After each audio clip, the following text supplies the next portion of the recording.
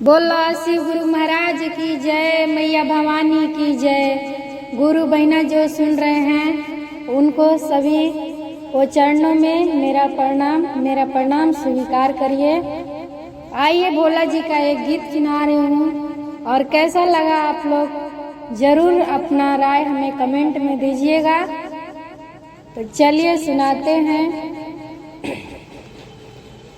भोला जी बिन कौन उतारे पार, भोला जी बिन कौन उतारे पार, भोला के बिन जे पार उतरी है, भोला के बिन जे पार उतरी है, डूबी है बीच मझधार, भोला जी बिन कौन उतारे पार, भोला जी बिन कौन उतारे पार। मनुष्य जीवन का ये चोला, इसका ऋण बहुत अनमोला, मनुष्य जीवन का ये चोला, इसका ऋण बहुत अनमोला।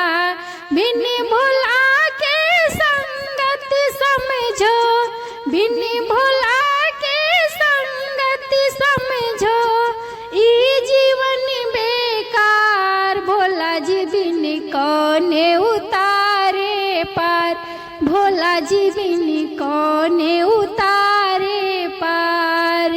बिन भोला के जे कोई उतरे, बिन भोला के जे कोई उतरे, डूबे बीच मझधार, भोला जी बिन कौन उतारे पार, भोला जी बिन कौन उतारे पार। कर्म धर्म की भाषा क्या है, मुक्ति की परिभाषा क्या है, धर्म कर्म की भाषा क्या है, मुक्ति की परिभाषा क्या है।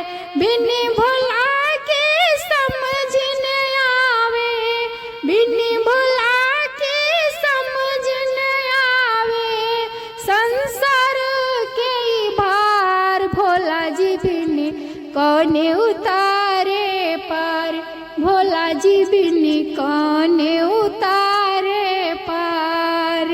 भोला के बिन जे पार उतरी है, भोला के बिन जे पार उतरी है, डूबी है बीच मझधार, भोला जी बिन कौन उतारे पार, भोला जी बिन कौन उतारे पार। बोलो हर हर महादेव की जय।